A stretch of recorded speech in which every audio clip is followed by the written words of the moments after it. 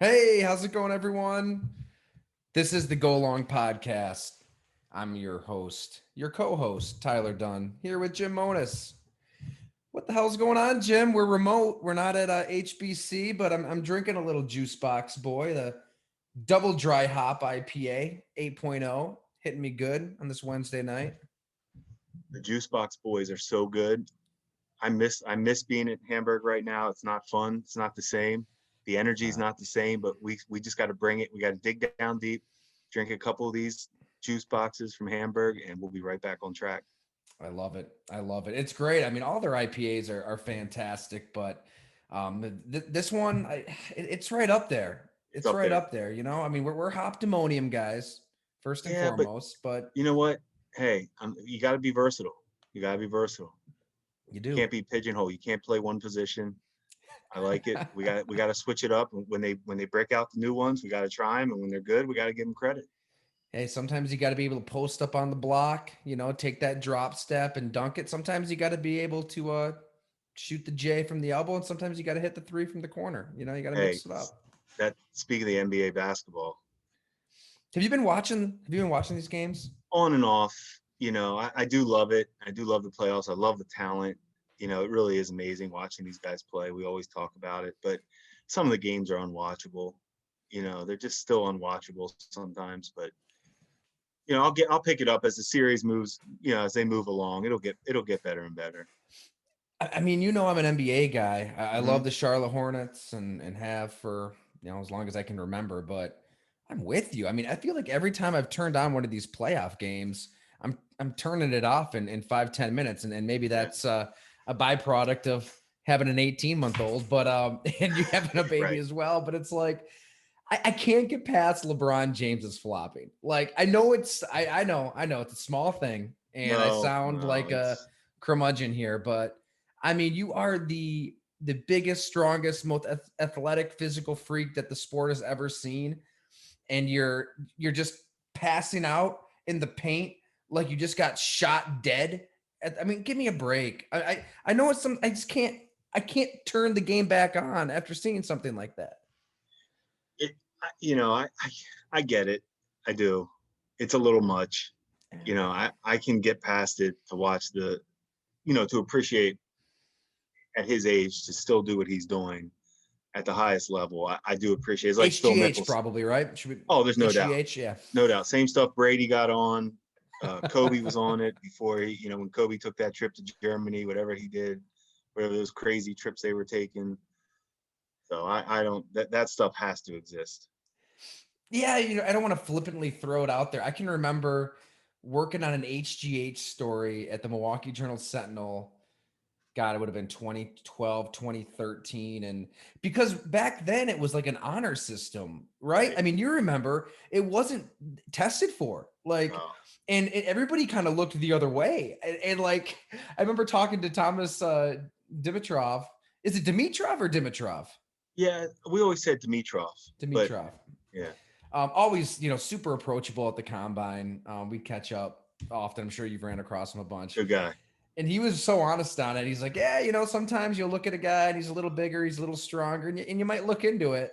I'm thinking, shit, nobody's looking at like you want that as a GM, as a coach.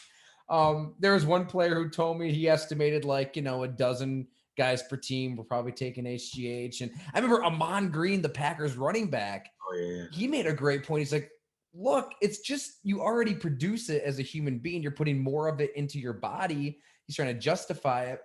But anyways, when I was reporting on that, I didn't run this. I don't want anybody to think like I'm reporting this right now. But there was one doctor who kind of just mentioned in passing that he had heard LeBron and Dwayne Wade, he'd heard rumors about that. So who knows? Who knows? Like, and I think that's a story worth writing at some point. Like with all of these supplements, all the crazy stuff out there. I mean, you can go into GNC and see a million different things. Like, where do you draw the line with performance enhancing drugs? Like a lot of this stuff, it helps you heal. It helps you perform at your optimal performance. But at what point is it cheating? I don't know where that line is. It seems to change over time. I could tell you where I wish the line was that there wasn't one. I Is do that it right? all. Yeah, do it all. steroids, Mhm. cocaine. Lawrence Taylor, all those stories he talked about being high when he played on Mhm. cocaine. And hey, why not? You're in the most physical, craziest sport in the world. Do whatever you have to do. Get bigger. Be like pro wrestling. Yeah. Get all juiced up. I don't care what it takes for you to be your best, but do it all. Who Jim, somebody's cares? gonna die on the field. Like that would just absolutely happen. And then the sport will be done. Yeah. Yeah. Well, I mean, we've always said that. We've talked about that. we I have. mean, there is that possibility in football, regardless of joking around about all the steroids or whatever, HGH. But I mean, we've all been at practices, right? In the NFL training camp practices or at a game. And when you see that collision, that guy's not moving, you do go through a little period where you're like, it's scary. You see Yeah. his teammates, they look scared and you just hope it never happens. Like, but I mean, chances are it may. Yeah. I mean, these guys are hitting each other from just They're car obscene crashes, angles. Yeah, they're car car crashes. crashes, and it's the TV broadcast does not do it justice. I tell you what, like No, no. some of these games pre-COVID, when they, some teams would let the media kind of watch the end of a game, like near the sideline, and man, that opens up your eyes when you hear and you see these collisions up close. The sounds alone, it gives you the chills. I didn't mean to turn this dark, in a hurry, but I do agree with you on the letting guys kind of do what they want. Yeah, I mean, we were talking before. I'm pretty like individual libertarian when it comes to a lot of things. It's like, if you want to do whatever you want to do to your body, hey, that's do it, that's do it, on you, right? do it. Side note, I can't say who it was, but when I was reporting on this quarterback story at Go Long, Chicago Bears wild offseason and everything that led to Justin Fields, I had a source tell me that he was at the combine once. We tell a lot of combine stories on this Combine. podcast. And he walked into the bathroom and he saw, I can't say who it was, an NFL, let's just call him a general manager. Maybe he was a general manager. Maybe he is right now, doing lines of cocaine. So speaking of cocaine, there you go. I mean, I don't know how I feel about that. I mean, still do whatever you want, but the player That should seems a definitely, little much. I don't know. That for a seems a little GM, that seems extreme. a little much. Yeah. But hey, you got to do what you got to do to get through the combine too. So That's true. That's true. we've Yeah. I all mean, know when those are you're long watching weeks. guys run around in spandex, like, hey, you know what? Got to get by, right? I always tell the story. My first year as an intern in Philly at the combine was probably the most exciting thing. Think about coming you're in college, your internship, and you're going to the NFL combine. I was like, this is the best. By my second year, I was like, okay, I'm excited. Third year, I was like, what is going on? How is this like? I lost interest in that so quick. So you know, we talked about the combine. It's kind of way over the top, but It is. It is. But yeah, I mean, NFL headlines. I guess not a hell of a lot has changed since the last few podcasts. It's I would think that all these owners and Roger Goodell, they probably don't like the fact that Aaron Rodgers is trying to completely change the power structure of pro football, but they do have to like the fact that he's giving everybody something to talk about. I mean, the NHL, the NBA playoffs are going on right now, and I think people are probably more tuned into Aaron Rodgers in Hawaii and playing the air guitar to a Taylor Swift song or whatever he was doing more than the actual NBA playoffs. So the NFL is king, and here we are. are you and Aaron Rodgers completely opposites? I would say that in several different I just can't ways. picture you listening to Yeah. Taylor Swift. No, you know what? Um, No, Taylor's got some jams. I was gonna say, okay, Yeah, I was she's hoping got you some were open jams. minded. I didn't know if you were open minded because she is. I mean, hey, Yeah, she's successful for a reason. So, but definitely. I was tuned into ESPN, the ESPN Get Up show in the morning. I always try to put it on, get a quick, whatever they're talking about, just to stay updated on some things. And I think some of those guys do a really good job. A lot of them do.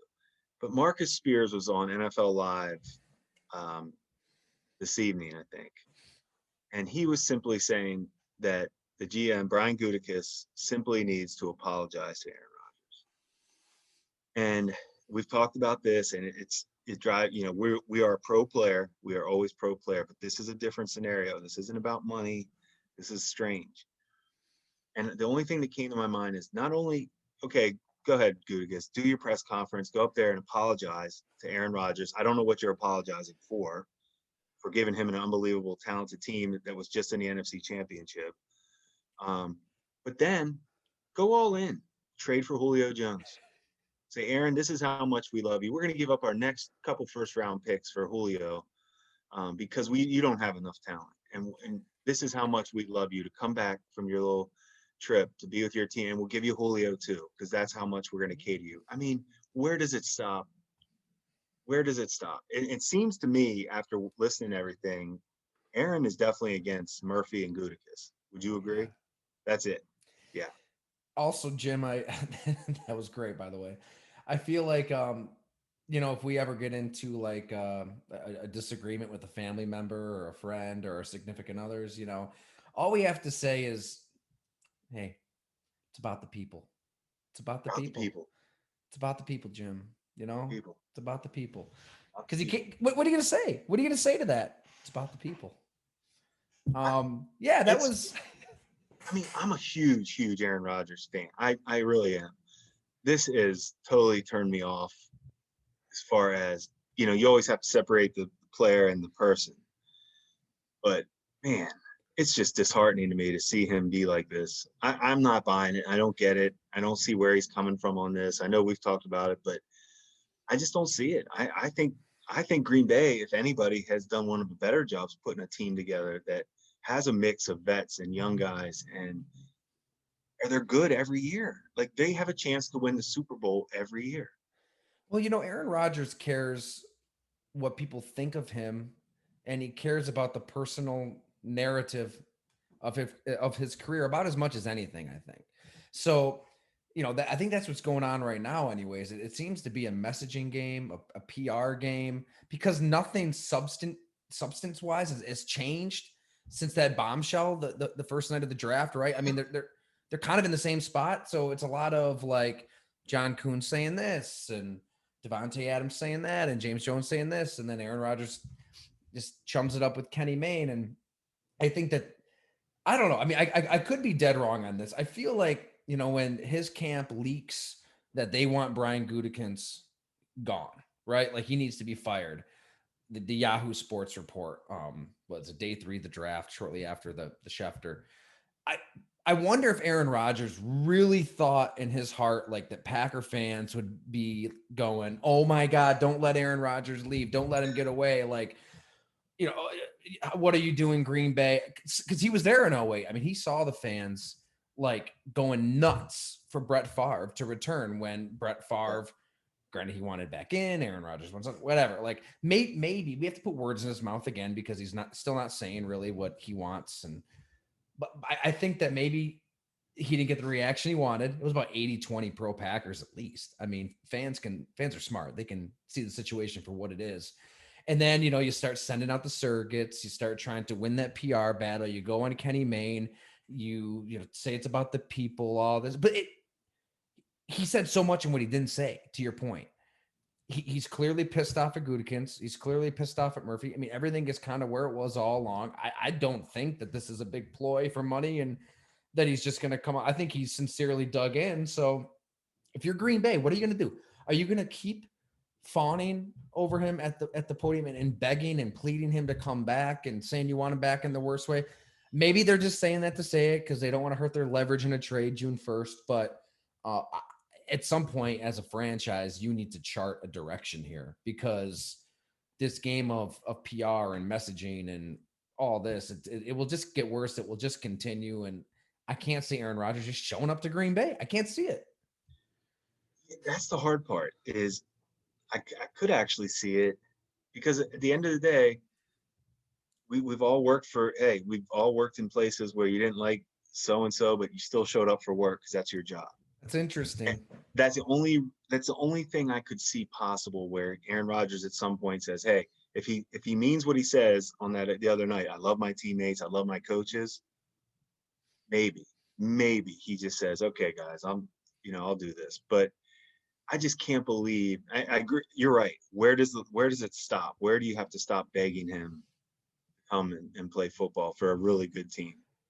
That's the only reason I like Russell Wilson. He had valid points.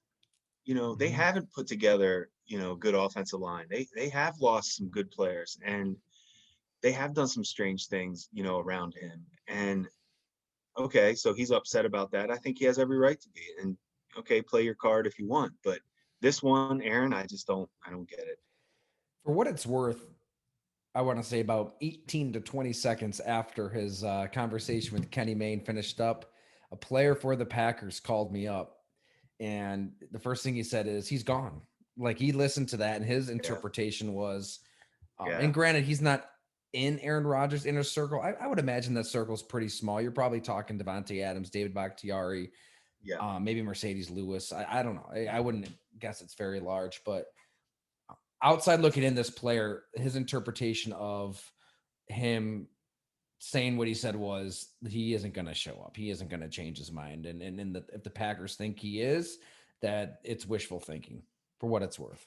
No, and it does come across that way. I'm just trying to think, if he does love his team, that's the hard. I mean, Mm-hmm. if you're gonna say you love those guys like that, it doesn't sound like a bad situation to me. For all the reasons we've been laying out a while. So if you love all this Aaron Rodgers talk, we appreciate you listening. If you're sick and tired of it, maybe we transition here to something else, Jim. Well, let's transition to the Bears right in the Yeah, let's division. do it. I mean, you killed that story. It was fun to read about, but that's that is what you go through. What the Bears were trying to do to get Russell Wilson, have your heart broke, and then you go and get Fields. Now that that you win the little draft battle, you win these next couple months, you got Fields, but until he proves anything, Yeah. you haven't really done anything. Where Russell, he's a proven superstar in the NFL. So it's still not comparing apples to apples with Russell and Fields, but it buys you time as a front office and head coach, and ownership probably says, okay, now, all right, we got Fields. You guys did this with Trubisky, didn't work. Now you got Fields. How many years do you get now? If you're Ryan Pace and Matt Nagy, do you get 2 years to get this thing turned around? Probably. That's part of the genius of it too, right? Agreed. We talk about the NFL being like a league of survival, and people like Howie Roseman finding a way to stick around for 2 decades through many mistakes, personnel wise. This is a good survival move. I mean, granted, they were swinging for the fences at quarterback every chance they could this offseason. And thank you to everybody who read the story at golongtd.com. It's subscription only. So if you want to check it out, you can subscribe, 7 a month, 70 a year. But we'll tease it here a little bit. But the Bears basically, yeah, I mean, I think that they here's the crazy thing. I guess start here. Like Mitchell Trubisky, is he Patrick Mahomes, Deshaun Watson? No, obviously they made a mistake, but in a weird, ironic twist, I mean, he kind of saved everybody's jobs there. Like when they put him back in, he wins those 3 games against bad teams. They get to the playoffs at 8-8. Who knows if they're 5-11? Is everybody keeping their jobs? Right. Probably not. Like, No, that's a very good point. How and it almost got, you almost got faked out about. It was kind of a fake end of the year for the Bears. Like he was yeah, putting up numbers again. You're right, against some lesser defenses. So I would say this: yes, they probably thought they were out. The Bears you think probably so? thought they were. Yeah, I think they probably thought they were gone after the season. They get Which is it's insane. I mean, that's insane. wild to me. So they put That together, you always meet with ownership after the season, and mhm. if they're not going to fire you and they want to hear what your plan is, obviously they came in to the ownership and said, hey, we're going after Russell, we're going after Carson Wentz, Derek Carr, we're going to go after all these guys, and struck out, and then you shoot your last one, go up and get Fields. It's amazing. So it starts there, 72 hours or less after the season, they're having this press conference, and I mean, I actually want your perspective on this. The way I wrote it, like you read, Jim, is Mhm. I think that press conference is so needed for public discourse and for fans that are pouring in thousands and thousands of dollars. Like it does kind of become an interrogation, and sometimes it can get a little rough, but GMs don't meet with the media nearly as much as players do. I mean, a player has a bad game, they're answering for it right after that game. Like Ryan Pace does what he does on draft day. I don't know how often he meets with the media. It doesn't seem like a lot. I mean, a lot of GMs don't. I know when I was in Green Bay, Ted Thompson talked like twice a year. I mean, it was like the combine and training camp. I think you're required as a GM. I think combine's required and end of the season. I don't even know if you have Yeah, to at training camp. I'm you're pretty right. sure those two are required though. Is that right? Like, I mean, for No, accountability's sake, no. you know? And I think it does cause some like, kind of dissension between, the coaches. Like I'm the one up here all the time having to take bullets, and Yeah. I don't think we have good players. Like I guarantee you coaches want to sell out Yeah. that front Yeah. office a lot during those or the weekly press conferences. But To that is defend that is a little tricky. to defend our guy, Doug Whaley, I'll say this. When I first started off on the beat, Jim, like, so I came from Green Bay back to Buffalo for Rex's first year, 2015. I just remember going right up to Doug at training camp after practice. I didn't seek approval from public relations. I just was like, you know what? It's the way I kind of approach the job all the time. Like we're human beings talking to human beings. Yeah. I don't need to get Tony, clearance. I don't need your hand held and to set up an official interview and run questions by you. And let's wipe each other's asses while we're at it. Don't get me going. Um, I shouldn't rant too much. There are some very good public relations departments. There are. There's also some bad ones. But yeah, that's what and I this loved about Doug. I mean, I went up to Doug and we talked about Tyrod. I think it was early on in camp, and it was pretty clear to me that Tyrod was just like better than Matt Castle, and it really right. wasn't a discussion. And we were just talking about the excitement around Tyrod or something. It was great. And I feel like then the season gets going, and Sammy's telling me that he wants the ball 10 times a game, and Doug is making himself look bad, and the team. I'm kind of wondering, like, where am I with Doug right now? I don't know. I'm sure he's fine. He's accessible. But like later on in the season, I think I shot him an email on his work email or something, and I got the tisk tisk from PR. Like they got wind of it and intervened. And I feel like if the team would just kind of let somebody like Doug be himself. We've had him on here. I'm so glad the fans get to see the real Doug Whaley. That it helped him, it helped the fans understand the team, it helped everybody involved if everybody's just themselves and everybody was available. Because I'm kind of going off on a million different directions here, Jim. But No, I was listening pretty hard because I like what you're saying. I do think GMs shouldn't be so guarded and be able to get out there and you know, that's what was nice about Rex Ryan. I mean, yeah, say what you want, and some of it was a clown show, whatever. It might have been over the top, but guess what? He was having fun. I mean, that's how he took the job, and like he wasn't always going to be serious at a press conference. And I always think that's refreshing. But he will give you honest answers. Like he's not hiding. totally. Rex didn't hide from anything. I feel like Obviously Doug we was had like that. that too if he was allowed, He was allowed. He you was know? allowed. Really. And Brian Gutekunst, like I told you before, I know Brian pretty well, and I would love to. You want to talk about a really intelligent guy to talk football with and life in general. Had plenty of dinners and lunches with him over the years, and if he could just be himself, it would be a really good press conference. What Promise you. a what an abject lie that he's a bad communicator, Brian Gutekunst.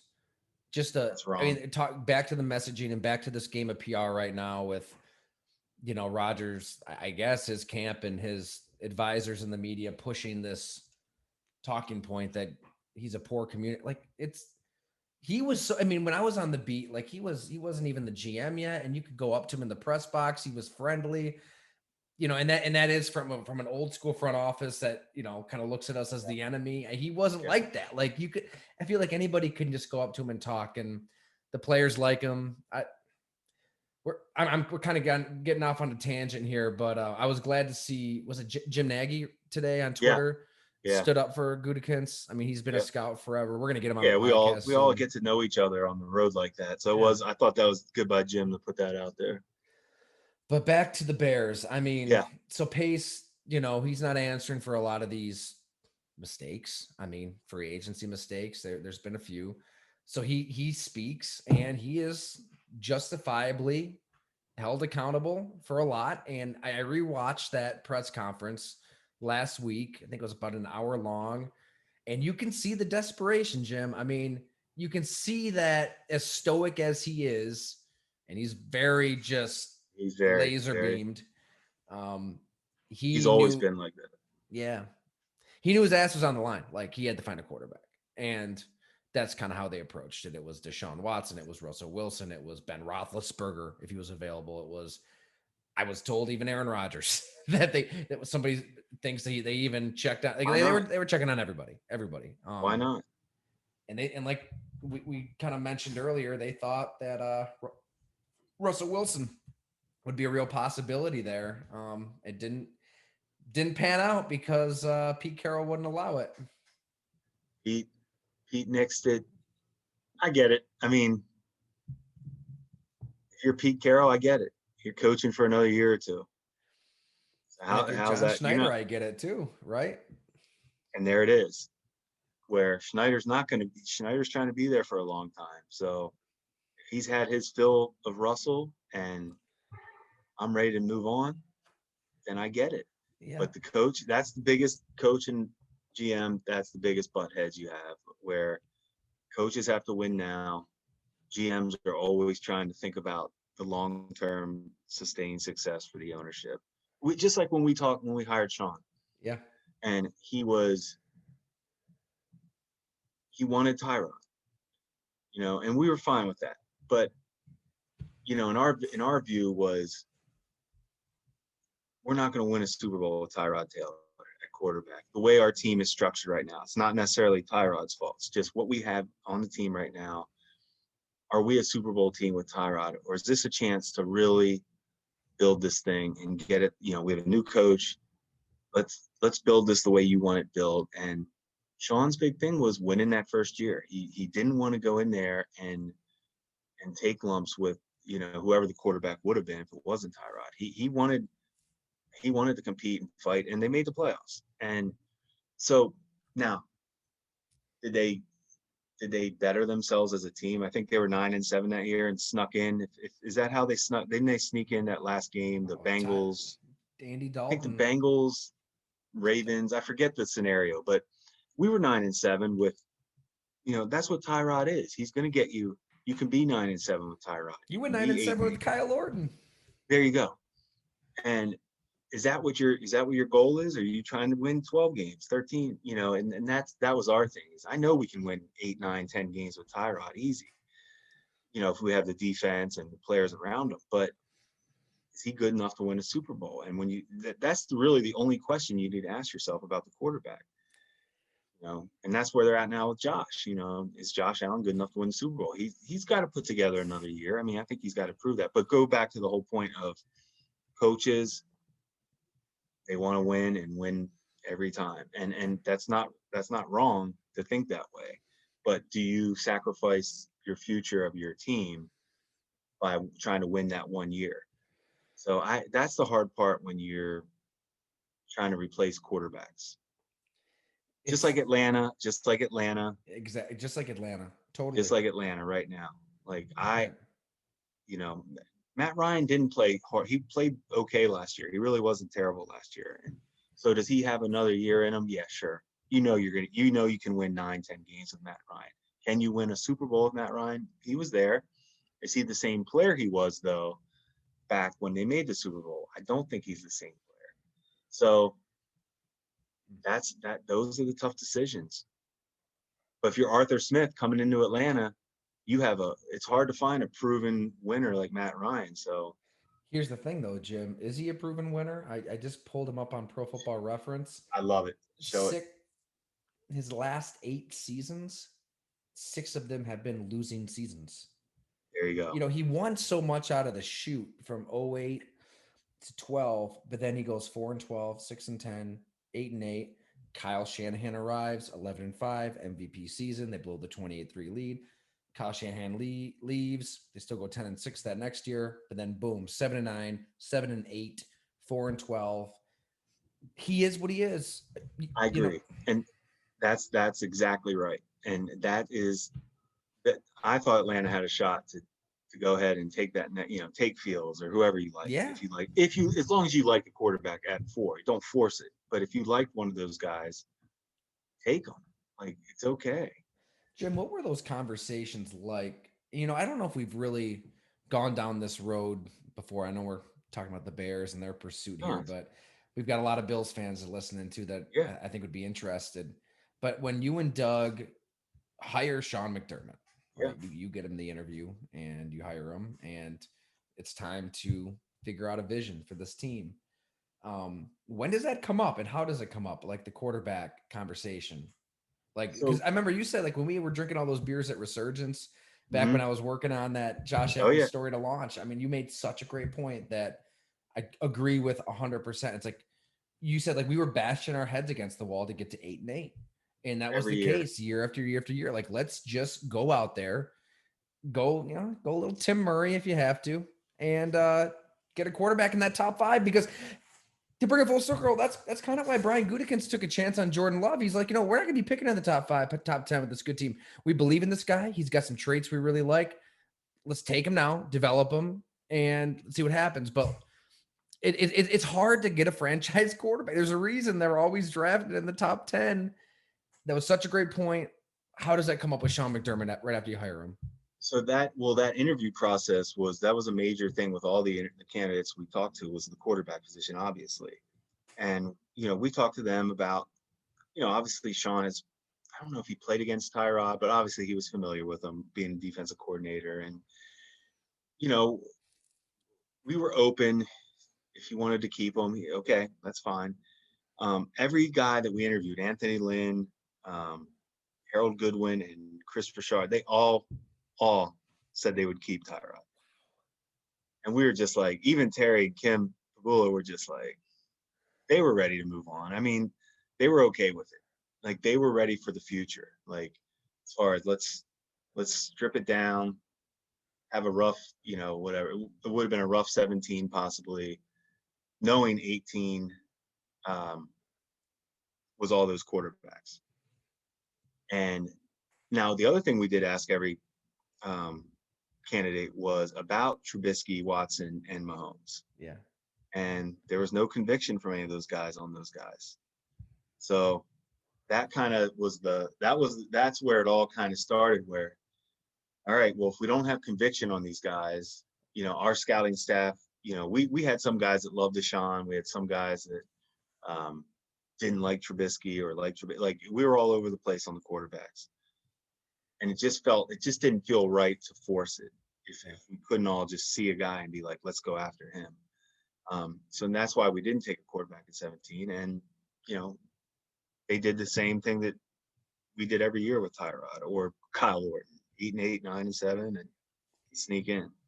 And I can't remember what the original pick was in the draft the next year, but then they have to kind of grind their way to the top of that draft via Cordy Glenn dealing him to Right. Cincinnati. I mean, it's and then they make the decision Josh Allen over Josh Rosen, which if you go Rosen, where are the Bills right now? It's an It's incredible incredible what to if. think about. But and to bring it full circle, that's a great explanation there as well. Man, it's just these what ifs just always go through my head. Yeah, Counterfactuals, as they say. it's I'm telling you, it's maddening trying to get that quarterback position right and keep them. And that's why I respect what Green Bay did if they had conviction on Jordan Love. I really think it's brilliant. It is. Um, Now he has to be good at some point, But but he's by got those then modern quarterback traits, right? The big he arm, does. the athleticism, the improvising, the sense of magic there. That you might flame out, but if you hit, that you have a top talent at 26 overall. Uh, this is also the time of year in OTAs now where if you want to feel good about yourself as a player, this is the time of year to read all the clips. Frank Reich was talking about Carson Wentz's presence is just incredible. I heard about, Trey Lance blowing people away in San Fran. They can't believe it. Same stuff as the draft. Can't believe he was there. Can't believe how good he looks in OTAs. This time of year, as a fan, do your best to keep updated, but don't take too much into these OTAs. And my point of that was Jordan Love. I mean, we may start seeing articles about how great he's been looking in OTAs, and he might, but it doesn't mean anything. It doesn't prove anything. It doesn't mean anything. So you really got to get to the regular season and prove yourself. And it's just, this time of year, it's just nuts. I mean, every single guy I've read, every article I read is just how great every guy is. I'd love for a head coach just to get up to that podium and say, you know what? The dude just showed up fat, out of shape, lazy, no command of the huddle. I don't know how we can go into training camp with him as our starting quarterback. And you're also going to see the undrafted free agents, right? You're going to hear about them. Yep, yeah. It's a guy we targeted. Couldn't believe he didn't get drafted. Well, you couldn't believe it. You had probably 7 or 8 chances you could have drafted the guy. So you didn't think he was that good. But it's the same cycle for every team.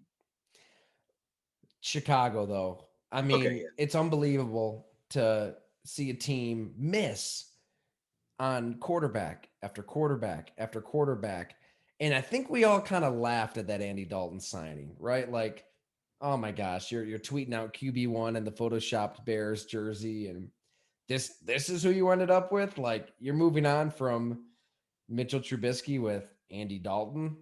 I mean, I think we were mocking it on here, like, wow, what an upgrade. But I don't know, like what I was told, and I kind of believe this. I can see that being a signing where, like, he could be the week 1 starter. He probably is. He won't last long. Eventually, you got to get Fields on the field, but it allows them to move up without getting taken to the woodshed, as a source told me, right? Like, when Justin Fields does kind of slide a little bit and you're Chicago and you want to move up and you're going to offer a future first and a fourth or whatever. Well, like, if they don't have Andy Dalton, like if they only have Nick Foles, right?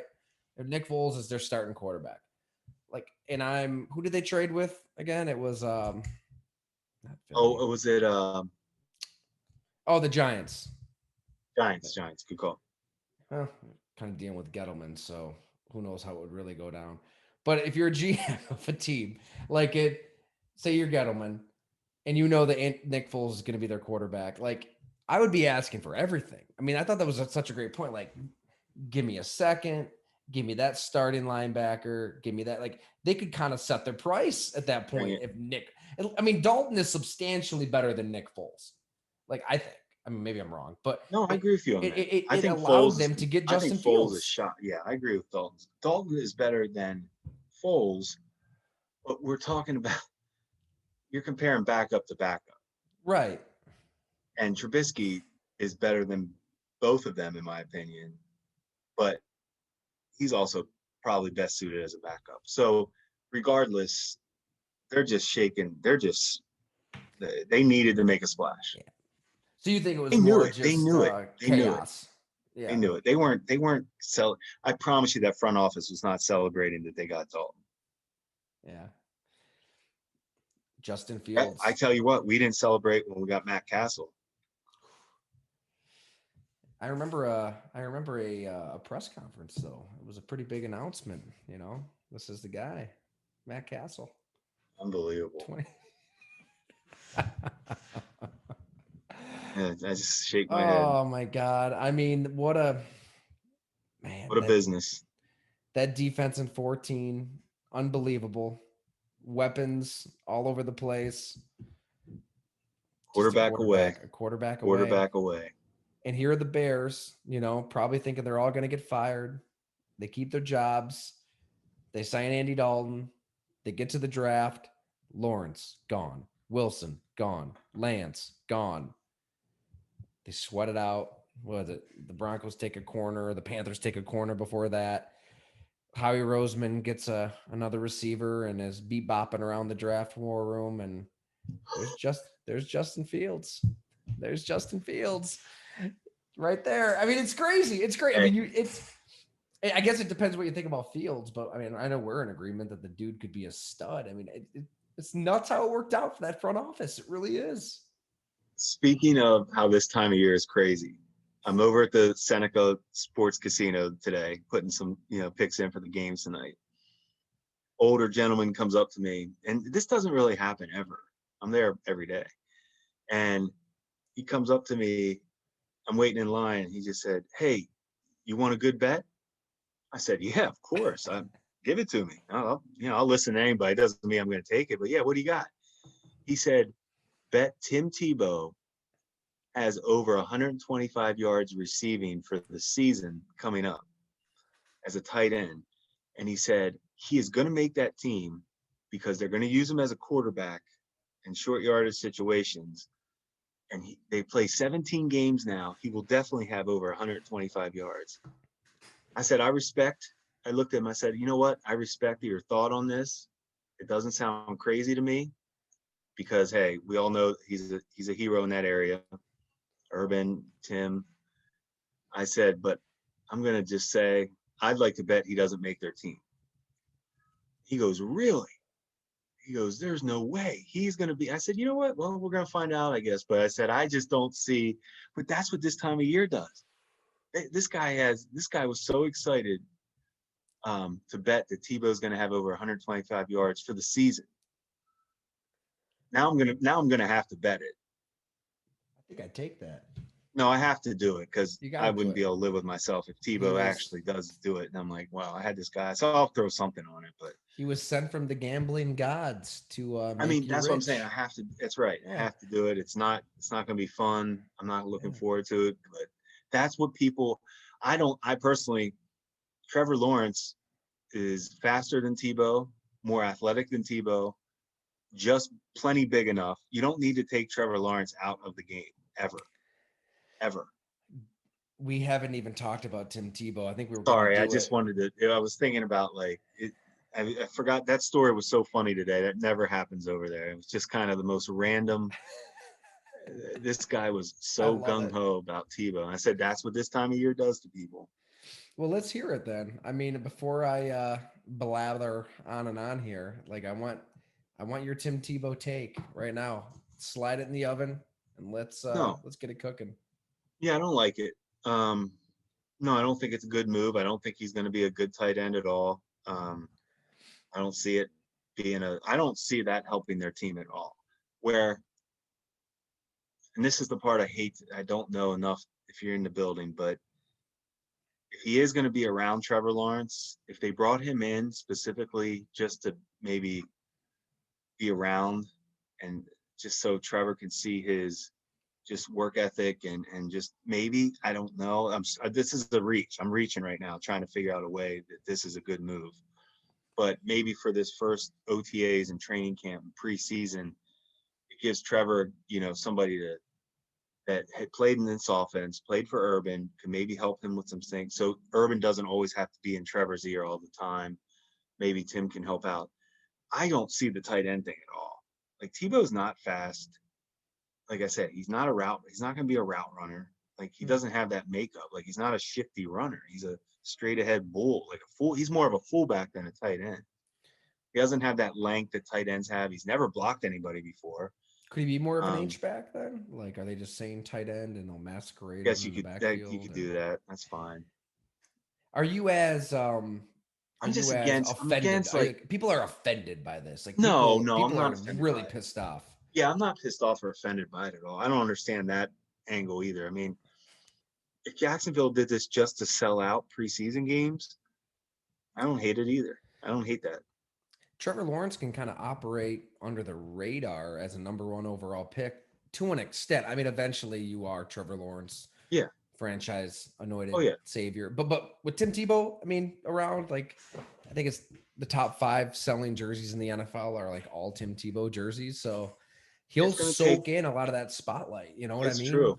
It's a very. It's there are some things that if they really were this calculated, with Tebow, I could see that being the reason more than I can. He's going to help us as a H-back or a tight end. And I'm glad that we're in agreement on, the people that are just so like incensed about this. I No, don't get it. Like, no. take that energy and that anger you have toward Tim Tebow getting a shot in the NFL, and apply it to, something useful in day-to-day life to make the world a better place. Because I mean, I don't remember Alden Smith, right? I mean, the defensive end, he had 19 and a half sacks, I think, like in 2012 for the 49ers. Let me just pull him up here 1 second. I want to get these years right. So yeah, so then he goes to the Raiders in 15. He's out of the NFL in 2016, 2017, 2018, 2019. He doesn't play until 2020. Like, I didn't even remember what he did. I remember it was really bad. Do you remember? Mm, Substance I know. abuse, personal conduct. It's pretty much Um, what he's had his whole life, I think. oh yeah, alleged domestic violence incident. Mm-hmm. I mean, I don't remember people being irate over Alden Smith getting an opportunity when he was out of the game for 5 years. And Tim Tebow seems like, he seems like a pretty good human to me. Like, it seems like he's making the world a better place. If we're going to talk about him as a person, There's, I don't know. I mean, I agree. Like, I don't know if he's a good tight end. I have no idea, but I'm not going to get all no, hot and bothered about something I like can't this like wait to everybody see it. else. I'm not gonna lie, I can't wait to at least see how Yeah. he looks. Because one thing about him, look what he did with baseball. I mean, and obviously he's played baseball before, but I mean, he still worked really hard and was fairly productive as a baseball player. I mean, the guy has a drive that you can't hate on his at least drive and desire. It's not like he shows up out of shape. Like he wouldn't do this if he didn't think he had a chance. So I wouldn't. I mean, I don't see it happening, but hey, Tebow, he's gonna give you what he's got. He's insanely competitive. I mean, that 2011 season, we probably even talked about it at some point on here, but like, I can remember covering the 15-1 Packers, and like they're playing the Raiders. I think it was like the 4 o'clock slot, the premier game on CBS that weekend. Tebow was, I think, playing the Bears that week, and everybody in the press box like left, except for like the Packer beat writers and some of the Raider beat writers. Like, everybody was just there nationally, went back to watch Tebow on the TVs, like behind everybody, because it was, and that was like that effect nationwide everywhere. Like, what he did that season, it was insane. Like, and I don't know, just as a objective sports fan who just roots for the story and not any particular team, like, that's a story worth rooting for. I mean, it was wild. And I think, hey, I don't know, I think it's fun that he's back in, and shoot me if that's bad. It was fun scouting those teams. Those Florida teams were insane to scout. Oh, I love that story at the Florida Pro Day where, was it Aaron It Hernandez kind of gave you a look like, yeah, just this is what rolled I'm his doing. eyes, rolled his eyes. Another overthrow. He was just like Riley Cooper, same thing, shaking their heads. Justin Fields gonna be the Bears' long lost savior at quarterback. Well, I believe in Fields.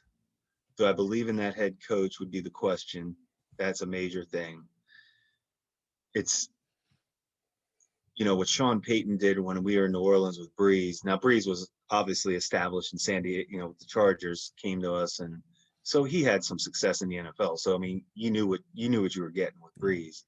Coach Payton also knew how to get the best out of Breeze, and that's a big thing. Quarterback and coach have to be synced up. So I would say, I mean, can't we say the jury's out on Nagy as a head coach and developing a quarterback? I mean, god dang, what he did to Trubisky is that's Yeah, about as wrong as you can do a guy it's that true. actually was playing okay for you. So, but I do believe in Fields. I do. You're right. It kind of gets lost in it. A game and a half in, give up on them, go to Foles, go back. It's like, if these are the people running the show, how much of a chance will Justin Fields have? Allen Robinson, I mean, he'll be there. He'll be there. I think they got to repair that relationship, though. I really do. I don't think it's good. But I he'll would, physically I be would there. love. I know that I would love for them just to put Fields in right from the start. Do it. That would show me. That would show me something from the head coach, Yeah. and I think it would show the team something too. Like Allen Robinson, like I mean, he's we know how great he is as a player, but don't you think he'd be a little excited? Like Dalton's not exciting that team. Like Hmm. Fields, hey, let's go. This is our future. Let's rally around this guy and let's figure it out. Totally. Get him out there. Yeah, get him out there. You can Same with sell. Trey. Get him out there. Get Trey Lance out there. I'm for playing everybody. That's why I don't get it. Like, why is it so apocalyptic post Aaron Coaches, Rodgers? coaches, I mean, with coaches. Jordan Love, like I know he's raw, he needs development, but hey, you took him in the first round. You got to see him eventually. Play him. He gets better by playing. Yeah, I mean it's a little different because he is replacing the one of the greatest quarterbacks in our game right now, but it's not replacing Dalton or Garoppolo, but no, I if I was Green Bay, I would still be fighting to hang on there and as long as I could. Really? Is that I right? know, I know you don't want to hear it, but at some point you got to stop begging. At some point, the begging, it all has to stop. You've probably been through those relationships in your past life, right, Jim? When you were just begging and pleading a girl. We've all had our heart broke or felt disrespected, and you got to get past it. And for Green Bay, they have one waiting. This isn't real life where usually you don't have your next spouse or boyfriend or girlfriend waiting for you. I mean, you have to go out there and find that next person. Green Bay has the guy wait. They have their Yeah. guy right there. It's I think Matt LaFleur has to be careful. I mean, I wrote this at Go Long too for subscribers. I mean, this is a pretty precarious situation as a head coach. Like, I know players are listening to every word, like they really are. Like they're how can because in one side of your mouth, I think players do get it. Like we want him back in the worst way, like the begging, the pleading, the all of that. But when you're doing that, how serious do you take him when he puts on the film and he's ripping you up and down for not finishing a play? Like, I don't know. I mean, I feel like this is such a fragile time. And you saw these moments, with your head coaches over the years where there's these moments for a head coach where it can go one way or the other. You can win over a room and you can lose a room. I'm not saying that they're going to turn their back on the floor and they can lose him, but like it's an opportunity to win the room and say, hey, you guys are here. We believe in you. He doesn't want to be here. I'm at some point it's got to come to that if Aaron Rodgers keeps dragging Hmm. this on and going on vacations and is being passive aggressive. You know what I mean? At some point, you got to be decisive and you stop kissing ass. Um, I think it's June 1st when you can get a lot for him. That's just me. I'm a Jordan Love believer, but for the ethos of a team, for the attitude, for like just the culture, yeah, it's great to have Aaron Rodgers there because he's so good. But I do wonder what some of these guys think. I do wonder. Oh, there's I think you're exactly right. Yeah, But the June 1st thing is, I mean, it's real. It's real for Julio too. Julio Jones. right. Who you just said is going to be a Green Bay Packer. So there you They should have it. just do it. Just Yeah, do it. Go all in. yeah. You know what? Bring everybody aboard. Trade Jordan Love to Atlanta. That's how All right. much we love you. That's how much we love you, Aaron. You know what? Yeah, have every fan mail back their shareholder stock, the certificate, and allow Aaron Rodgers to just put it right through an incinerator of some sort. And you know what? Just make him owner. I think it's time. So, Why stop at GM, right? Why stop at Gutekunst? Just it's time for him to be the owner. It's time for him to relocate the team. Hey, he's having fun in Hawaii. Maybe you move him out to Hawaii, right, Jim? hey, this is what this podcast is all about. We have Tebow replacing Trevor Lawrence in goal line situations and being a Yeah. productive tight end from my man at Seneca Sports Lounge today. Yes. We have Jordan Love to Atlanta for Julio Jones and some first round picks. This is the info, the Yes. inside info. Absolutely. Absolutely. So, yep. Everybody, if you own stock in the Packers, I'm sorry. The time is up. The jig is up. It's been 100 years. It's time for an owner, and his name is Aaron Rodgers, and he'll be the quarterback on the TB12 method playing, I don't know, 60 years old, 65 years old, Why just not? you know what, he bring him out there and in the wheelchair and, we'll see what happens. So, all right. We probably overstayed our welcome here, Jim. That was a lot of fun. That I was wish we were good. drinking beers in Hamburg, but we made Yeah, do. we'll get back there soon.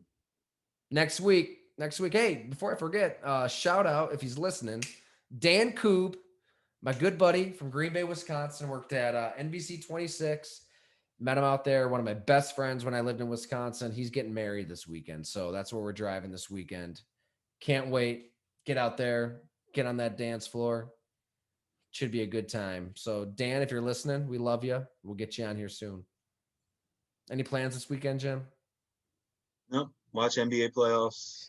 Watch Watch, LeBron, watch, watch die LeBron on the flop. court. I'll think about you every time he does. God. Also, I love how he was a close contact, but he was exempt. He wasn't going to have to sit out any games. It's the fucking hypocrisy. Get out of here. Like, it's just unbelievable. I just don't like hypocrisy. I don't like, what I mean? Like, you say one thing and you're on your high horse and you're preaching and you're preaching and and then, oh no, LeBron James, oh no, he's good. Yeah, nothing to see here. It's just, that's why I don't watch. I'm not going to watch the NBA playoffs because of that bullshit. Like, I know it's dumb and I should appreciate the best athletes on the face of the earth. And I've always been an NBA fan, but like, little things like this happen and I turn into like a 60-year-old man that just is done with the game. Your talent will always dictate how much people are going to Yeah. put up with. Yeah. And he's talented. I mean, he can get away with a lot that a lot of other guys couldn't get Well, away that's what with. we're seeing with Aaron Rodgers, right? Like, he's so talented that the Packers are okay kind of being publicly flogged. I mean, Rodgers is just, he loves the fact that they're being embarrassed and punished. I mean, and they're okay with it, I guess, because he might change his mind. Who knows, right? Because he's so good. At some point, those lines cross. I think so. But all right, everyone. Thanks for listening. That was a lot of fun. GoLongTD.com. Subscribe today. Join our happy hours. We're gonna have some fun ones coming up. Got Frank Winters confirmed today for a couple of weeks down the line. Frankie Bag of Donuts, former Packers center, and he's ready to pound some beer, so that should be a good time. Jim, as always, a pleasure. Send my best to the fam. You have a great weekend, Tyler. You too, man. Thanks.